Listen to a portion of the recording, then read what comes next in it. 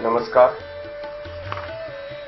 આ વખતની નગરપાલિકા અને મહાનગરપાલિકાની ચૂંટણીઓમાં મતદાન આપવાની જે પદ્ધતિ છે એના વિશે સમજીએ.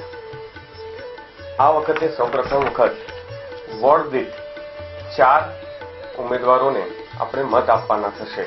આપ મત આપવા મત કુટીરમાં જશો ત્યારે તમારી સામેના મશીનમાં રેડી લખેલું લીલા રંગનો બલ્બ ઓન હશે, એટલે આપ મત આપવા માટે તૈયાર છો. અને ત્યારબાદ આપ જે ઉમેદવારોને મત આપવા માંગતા હોય એના નામની સામેના વાદળી બટન દબાવવાથી ત્યાં લાલ લાઇટ થશે અને લાલ લાઇટ થયા બાદ આપ રજીસ્ટર્ડ કરશો. ત્યારબાદ તમારો મત નોંધાશે.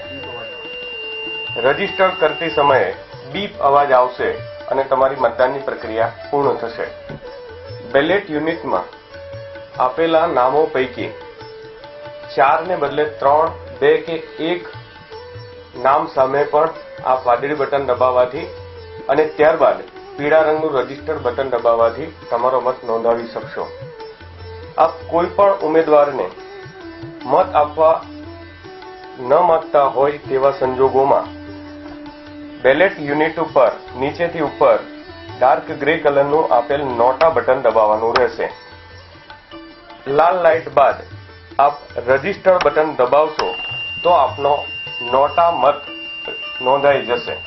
નોટાનું બટન દબાવવાના હોય તો ઉપર પૈકીના કોઈ વાદળી બટન દબાવવાના રહેતા નથી.